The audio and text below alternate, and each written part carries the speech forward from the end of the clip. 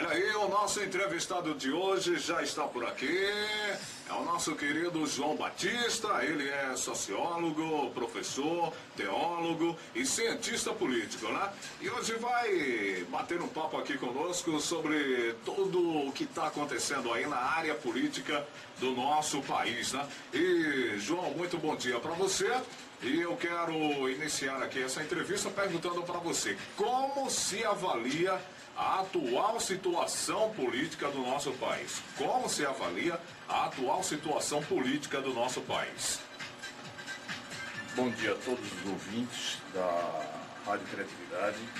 E eu gostaria de dizer que, para que nós possamos ter uma compreensão melhor do que está acontecendo no nosso país nos dias de hoje, nós temos que, em primeiro lugar, sabermos de alguns fatos que aqui serão colocados. Por exemplo, em primeiro lugar, eu fui militante do PT histórico por mais de 10 anos, né? Militei nesse partido que hoje está na presidência da República, está governando o Brasil e que tem uma forte tendência a reeleger o presidente da República, né? Tanto que aqui as últimas pesquisas, elas colocam Lula com 49%, 48% aqui no Nordeste, enquanto que Alckmin tem apenas 5%, 30% nulos e brancos e 10% não sabe, não opinou. Então, é evidente que Lula estará reeleito no primeiro turno dessas próximas eleições. E se isso acontecer e as coisas continuarem andando como estão, tudo indica que vai haver um retrocesso político nesse país, porque a coisa como está andando, na verdade, está desandando, né? O povo, coitado, inocente e, digamos assim, analfabeto politicamente, né? Ele se deixa levar pelas ondas de populismo que avassala a América Latina como um todo, né? Populista mais conhecido, há 40 anos no poder, o Fidel Castro. Depois temos aí o Hugo Chávez, na Venezuela, e temos o Evo Morales agora na Bolívia, né? E Lula está se transformando dia após dia num populista ao estilo do ditador populista Fidel Castro, o presidente venezuelano Hugo Chávez e o Evo Morales, né? Agora nós vamos ver algumas implicações, né, que isso tem a ver com... Veja só, há aproximadamente 14 anos atrás, quando eu era militante do Partido dos Trabalhadores, houve uma convenção nacional do partido, né?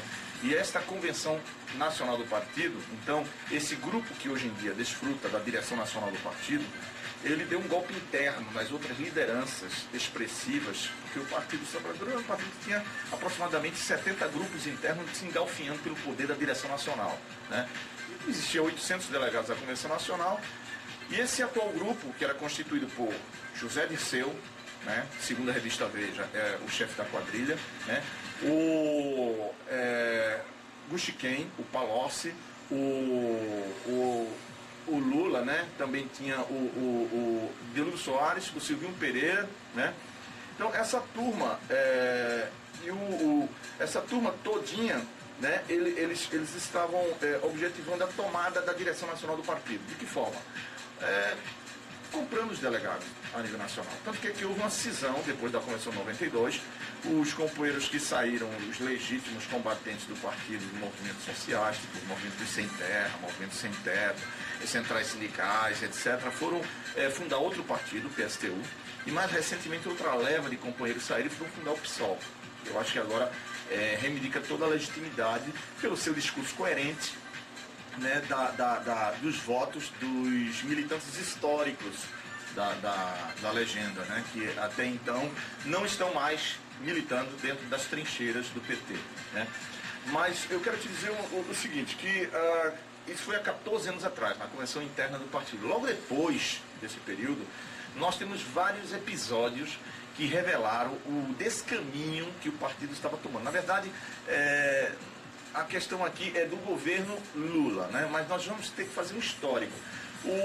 Aproximadamente 2 anos antes da eleição do presidente Lula, houve aquele caso que a revista Veja publicou do envolvimento das Forças Armadas Revolucionárias da Colômbia com a campanha do presidente Lula, né, na sucessão a Fernando Henrique Cardoso. Já tinha tirado 2 mandatos, o presidente Fernando Henrique Cardoso não poderia mais reeleger um candidato do PSD, ele não poderia mais se reeleger. Então, às vezes ele não queria deixar nem para o PMDB, que tinha passado 2 mandatos no poder, nem queria deixar o poder para o pessoal do PFL, que tinha passado 20 anos aproximadamente com PDS, Arena e PFL, né, no poder.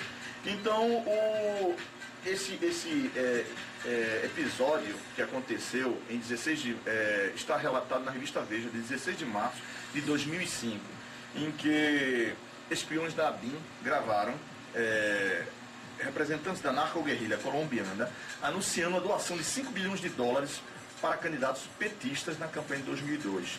Então, de repente, numa chácara Coração Vermelho, a 40 quilômetros de Brasília, o padre Oliveira Medina se encontra com representantes sindicais e líderes do partido a nível nacional e anuncia o envio de 5 milhões de dólares. A ABIN filma, fotografa, né, quer intervir, quer estourar a chácara, mas naquele momento o general fazia parte do Gabinete de Segurança Institucional veta, né? Então, um mês depois eles acompanham a chegada da primeira remessa de 5 milhões. Isso tudo foi documentado e esses documentos foram todos arquivados, né? Não chegou a ser colocado, digamos assim, para frente esse esquema, a investigação acerca desse envio do dinheiro da narco-guerrilha colombiana chamada as Forças Armadas Revolucionárias da Colômbia, que até então, em 1996, era uma guerrilha que que recebia uma mesada do Fidel Castro, né, de 100 mil dólares.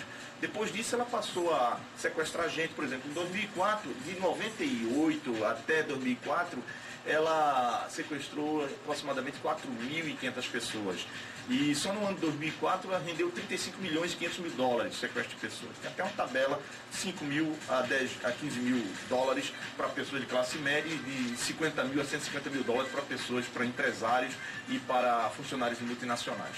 Logo, essa narco-guerrilha também, ela roubou 100 mil cabeças de gado no ano de 2004, né, o que rendeu 31 milhões e 800 mil dólares. E refinou cocaína, no valor de 800 milhões de dólares. Esse dinheiro, então, seria levado para Trinidad e Tobago, seria lavado, e depois, em Trinidad e Tobago, que é paraíso fiscais na América Central, seria remetido para o Brasil, depositado na conta de 300 empresários amigos do PT, né, para ser redistribuído para os diretórios estaduais e municipais do partido. Isso tudo ficou noticiado na revista Veja, do dia 16 de março de 2005. Né? Então, logo depois desse episódio, temos também um episódio em que aproximadamente em janeiro de 2004, por aí assim, 2005, se não me engano, janeiro de 2004, o Marcos Valério, não, o braço direito de José Disseu, o companheiro Valdomiro Diniz, né, acharca o Carlinho Cachoeira, que era o representante dos bingos cariocas, né, pedindo dinheiro para a campanha do candidato ao governo do Distrito Federal, que era do PT, a mulher de Garotinho, né, era 300 mil para a mulher de Garotinho, 300 mil para a candidatura do Lula, 300 mil para a candidatura do candidato que seria o candidato do PT ao Distrito Federal, né? Isso foi gravado, a revista Época publicou em capa de revista, apareceu no Jornal Nacional em horário nobre, no Jornal das 8 e etc, gerou um escândalo e o Valdomiro Diniz, então, que era o braço direito de José Dirceu, que era o ministro-chefe da Casa Civil, que era o todo-poderoso primeiro-ministro da República, né?